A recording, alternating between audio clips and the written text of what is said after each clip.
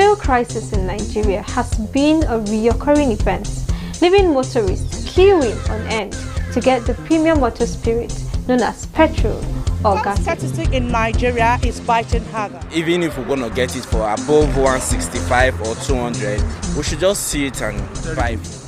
I've been here for more than 1 hour on the queue. But this is just an offshoot of a deeply rooted problem in the petroleum industry. So, how did we get here? Let's start from the genesis. So what exactly is fuel subsidy? Fuel subsidy is a form of government intervention where the state pays up the price difference of a commodity, in this case, petrol, to cover up the actual cost. So this will enable people buy at a reduced cost, which is way below the international price. So for example, let's say petrol is sold at 200 naira at the global market.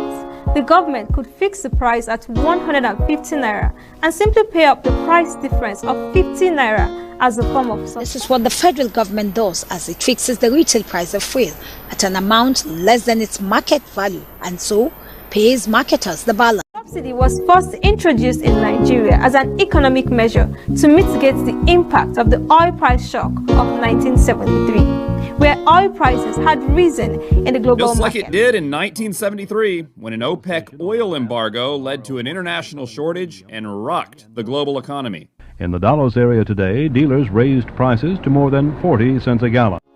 Now, is fuel subsidy sustainable in Nigeria? The simple response is no. In recent times, there has been an increasing call for subsidy reforms globally, as policymakers have questioned the efficacy of such intervention and its impact on the economy. The cost of subsidy keeps rising in Nigeria due to a number of factors, one of which is primarily the high oil price at the global market, and it is currently fueled by the Russian-Ukraine war. Another factor is the lack of sufficient local refining capacity. If we are able to get the refineries to work, we will not need to subsidize the product. And unfortunately, policy somersault has led us to a situation where we have expended so much resources on what I would classify as a dead horse. The situation we are now is such that for us to remove subsidy, we need to have the refineries working. Alternatively, we have to wait for Dangote refineries, which is to produce 650,000 barrels per day of refined petroleum products, to be able to have self-sufficiency in domestic petroleum production. And finally, smuggling. So, let's address this issue of smuggling. You see, Nigeria is bordered by countries who sell gasoline at a relatively higher price.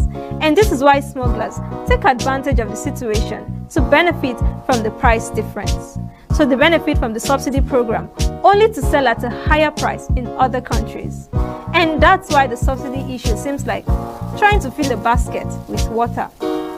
So many people ask, why not just stop the payment, right?